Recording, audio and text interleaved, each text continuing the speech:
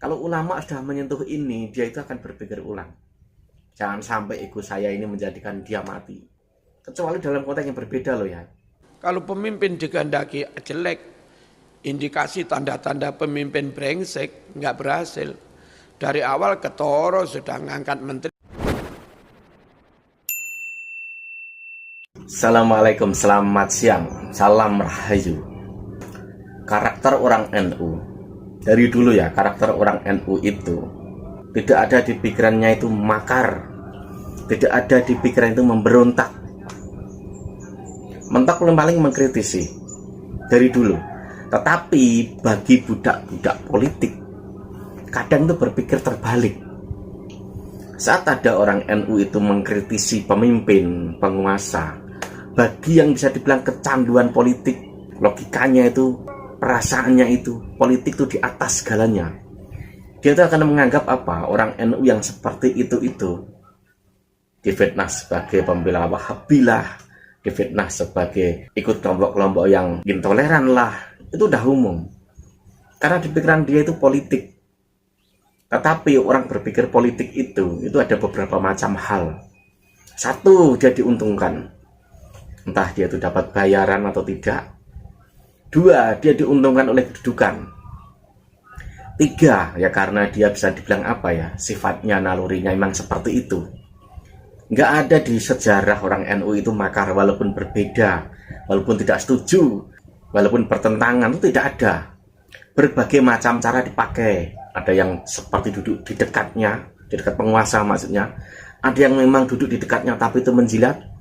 Ada yang sebenarnya itu duduk di dekatnya tapi karena takut. Itu banyak juga. Tetapi beda dengan orang-orang yang di luar NU itu beda.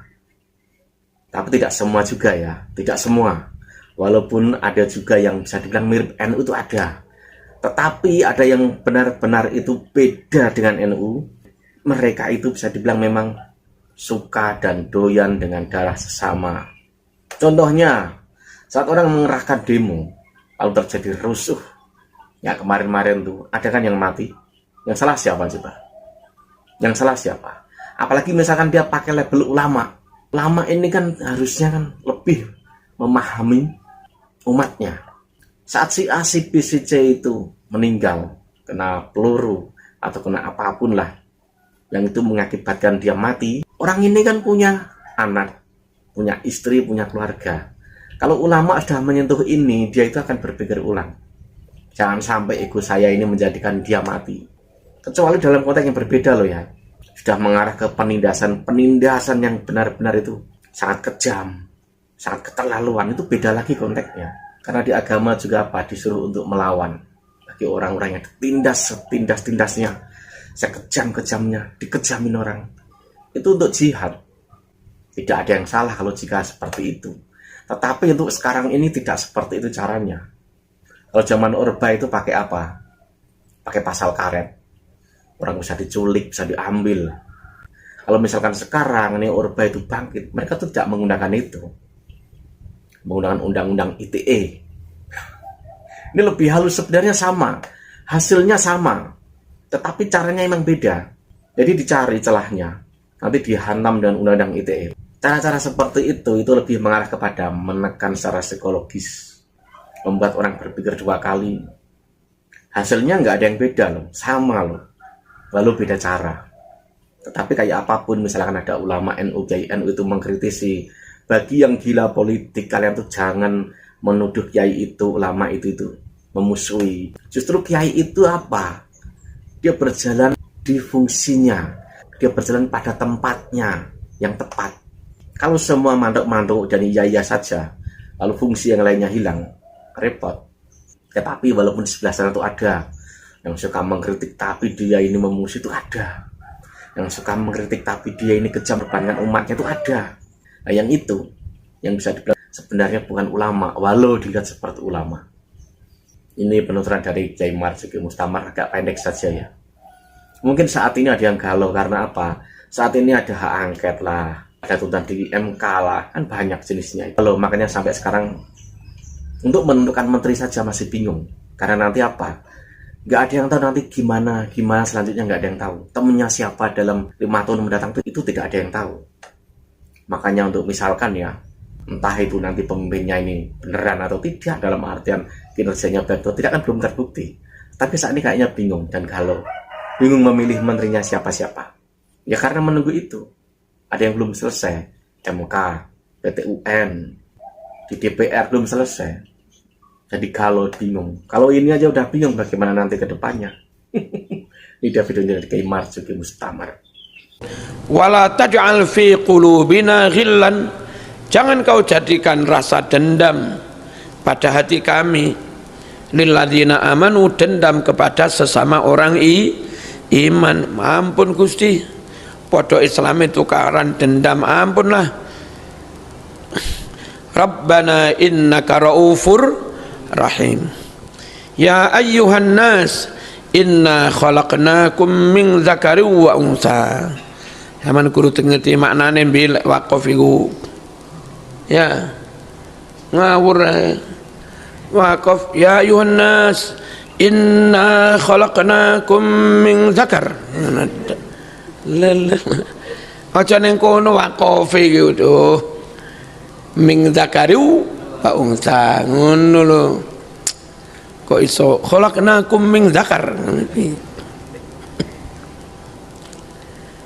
Hai sekalian manusia, sungguh kami ciptakan kamu min dzakari wa unsa, dari laki-laki dan perempuan. Kau enggak bisa menghina perempuan. Kau tercipta dari ibumu perempuan. Kau enggak bisa menghina laki-laki, Mbak. Kau tercipta dari mani bapakmu yang laki-laki, ya. Saling berkolaborasi, saling melengkapi gitu ya. Cuma malah pegatan numbil.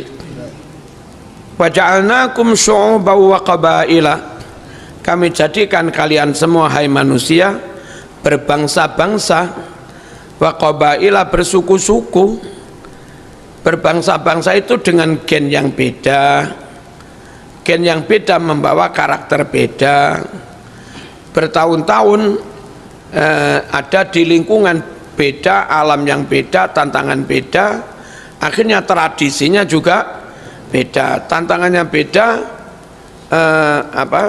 kompleksitas problem juga beda, akhirnya pengalaman kecerdasan menghadapi situasi juga beda, ya. Beda suku, beda karakter, beda gen, beda ilmu, beda skill, beda macam-macam, beda rasa, ya. Untuk apa? Lita'arufu, supaya kalian saling berta'aruf. Makanya perlu ilmu apa yang mempelajari tradisi budaya suatu daerah, antropologi, ya. Penting antropologi digandeng dengan keahlian lacak DNA, ya. Terus nyun sewu ada semacam sosiofisikal, bagaimana karakter jiwa sosial seseorang itu juga dipengaruhi oleh kondisi fisik. Orang yang dari awal gizi normal, sembarang normal, nggak pernah mengalami kekurangan gizi, nggak pernah mengalami tekanan mental, serba berkecukupan, itu secara psikis kadang juga beda dengan orang yang sempat mengalami kesulitan ekonomi, kurang gizi, hidup dalam tekanan, ya. Itu harus dipelajari kayak begitu itu. Nah, pemimpin besar, kepala negara dan timnya itu sebelum dia mencalonkan presiden sudah harus mengelis siapa kira-kira kader bangsa yang bisa diajak bareng-bareng, yang kira-kira punya keahlian sektor ini. Dia punya list beberapa nama, nanti diseleksi. Yang akan mengurusi masalah ini dia sudah ngelis beberapa nama.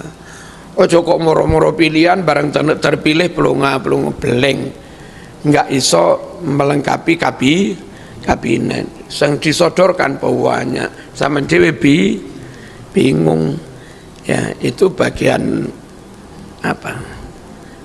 Orang itu kalau dikehendaki menjadi baik, Allah angkat untuk dia pembantu menteri yang baik-baik. Kalau pemimpin lupa, ngingetin menteri-menteri itu. Kalau pemimpin benar, didukung. Kalau pemimpin dikehendaki jelek, indikasi tanda-tanda pemimpin brengsek, nggak berhasil. Dari awal ketoro sudah ngangkat menteri nggak jelas karakternya, nggak jelas agamanya, ketakwaannya, nggak jelas kapasitasnya, nggak jelas kejujurannya dan segala macamnya. Buyar. Idza aradallahu bil amiri khairan ja'ala lahu wazira sidqin. Ya. Jika Allah menghendaki sang amir itu baik, Allah beri dia menteri yang jujur. In dzakara a'anahu wa in nasya dzakkarahu. Nek pas bener didukung, lek keliru diingatkan.